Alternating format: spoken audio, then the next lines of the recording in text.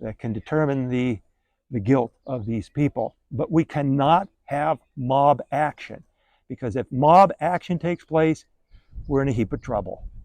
So they were able to quell the crowd in the theater, and then Paul takes this as a sign that it's time to move on.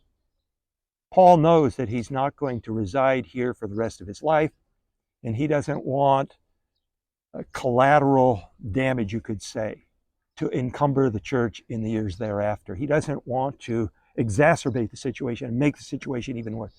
So he leaves at the end of his third missionary journey after 3 years.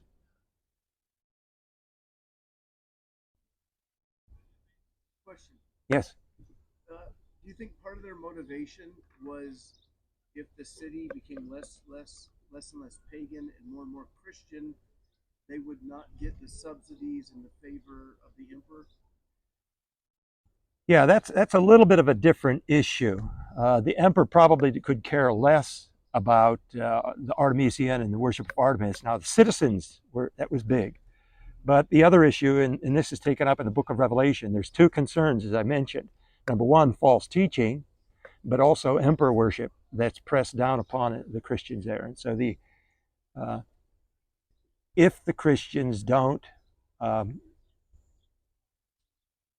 go to the imperial festivals, go to the imperial temples. We just visited the temple of Domitian. If they don't show their support, their patriotism, news gets back to Domitian, and he's going to withhold benefactions, the kickbacks. I don't think that was operating at the time of Paul, though. I think the bigger issue is that the silversmiths and those collaborating with the silversmiths were saying simply, it's cutting into our business. There's so many people, not only in Ephesus, but in Asia Minor. Remember what Luke says, all of Asia heard the word of the Lord.